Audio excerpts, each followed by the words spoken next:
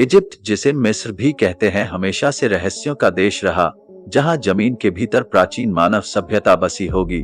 इसके सबूत जब तब मिलते रहते हैं, जैसे कुछ वक्त पहले एक खुदाई में 20 ताबूत बिल्कुल साबुत मिले।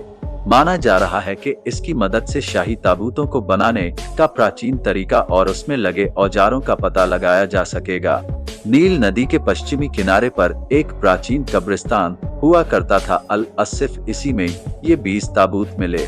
माना जाता है कि पहले यहाँ पर थेबेस शहर हुआ करता था, जिस पर आज लक्चर बसा हुआ है। ये कब्रिस्तान उसी शहर के लिए रहा होगा।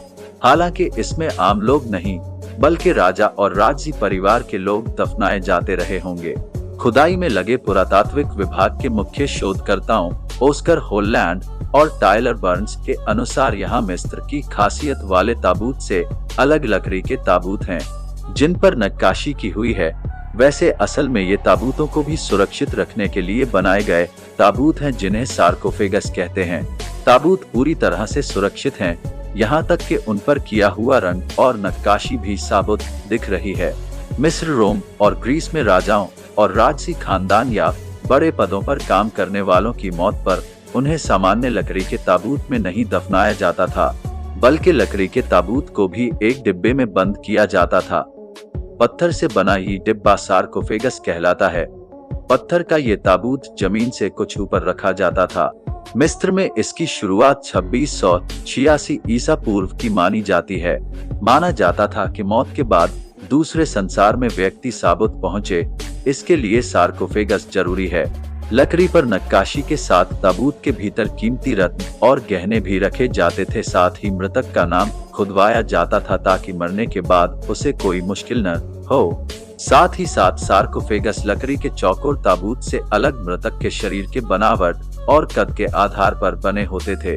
पुनर्जन्म पर यकीन करने वाली मिस्र की सभ्यता में मरने वाले के शरीर पर खास लेप किया जाता और फिर उसे दफनाया जाता, जिससे शरीर खराब न हो। इसकी पुष्टि अब तक नहीं हो सकी है। 20 ताबूत किस वक्त के हैं, लेकिन चूंकि अल असिफ कब्रिस्तान जहां से खुदाई में ये मिले हैं, वहां प्राचीन, मध्य और लेट मिस्रकालीन सभ्यता भी चलती रही थी, इसलिए अंदाजा लगाया जा रहा है कि ये इजिप्ट की 18वें साम्राज्य के होंगे, जो कि ईसा पूर्व 1540 में शुरू हुआ था। इसके अलावा ये भी अनुमान लगाया जा रहा है कि इस जगह प्राचीन मिस्र, जो कि 664 से 332 ईसा पूर्व माना जाता है, के भी अवशेष होंगे। इससे पहले लेक्चर के ही वैली ऑफ मोकीज में प्राचीन सभ्यता के कई और प्रमाण भी मिल चुके हैं। पुरातात्विक शोधकर्ता प्रमाणों के आधार पर इसे मिस्र की सभ्यता का इंडस्ट्रियल एरिया मान रहे हैं।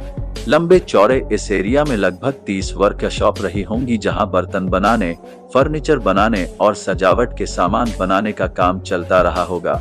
CNN से बातचीत में पुरातत्व जाही हवास के मुताबिक हर वर्कर, जैसे कोई मिट्टी के बर्तन बनाता होगा तो कोई सोने के गहने, किसी वर्कशॉप में फर्नीचर बनाने का काम भी चलता रहा होगा। वैसे अभी तक ये ताबूत खोले नहीं गए हैं। खुद पुरातत्वविदों को डर है कि इससे छेड़छाड़ करने पर कुछ अनिष्ट हो सकता है। यहाँ के लोगों की मान्यता है कि खत्म हो चुके प्राचीन मिस्र के लोगों के शरीर के साथ कुछ भी छेड़छाड़ करने पर खोलने वाले का दुर्भाग्य आ जाएगा और उसकी मौत भी हो सकती है। इसे कोर्स ऑफ द फेरोज भी कहते हैं। वहाँ के लोगों का यकीन है कि मिस्र पर 1336 ईसा पूर्व के दौरान राज करने वाले तुतनखामेन का ताबूत छेड़ने पर उस दौरान खुदाई में मौजूद लोगों की असमय मौत इसकी शाप का नतीजा था। 29 नवंबर 1922 को तुतनखामेन का ताबूत खोला गया था। उसके ठीक एक साल के भीतर खुदाई में लगे सारे 11 पुरातत्ववेत्ताओं की एक के बाद मौत हो गई। इसे सबसे पुरानी सभ्यताओं में माना जाता है। अंदाजा है कि अब से 5000 साल पहले नील नदी के किनारे गांव बसाने से इसकी शुरुआत हुई थी। ढेर सारी खोजों जैसे सोलर कैलेंडर, खेती के तरीकों के बीच सबसे अहम खोज जो इन्होंने की थी वो है हियरोग्लिफ यानी चित्रलिपि की शुरुआत। इसके जरिए लेखन के माध्यम से लोग एक दूसरे तक पहुंचने लगे। मिस्र के लोग पुनर्जन्म पर यकीन करते थे, इसलिए उन्होंने ताबूतों, सार्कोफेगस और पिरामिड बनाने की शुरुआत की। ताबूत के भीतर मृतक के शरीर को खास लेप करके उसे कपड़ों, गहनों, अस्त्र शस्त्र और बर्तनों से साथ रखा जाता था, ताकि अगले जन्म में उसके पास जरूरत की सारी चीजें हों। आर्थिक स्थिति के अनुसार ताबूत का आकार, प्रकार और उसमें रखी चीजें अलग अलग हो सकती थीं। ये सभ्यता लगभग 3000 साल तक चली। इतने वक्त बाद कई वजहों से ये सभ्यता खत्म हो गई, जैसे लड़ाइयाँ और लगभग 100 सालों तक पड़ा अकाल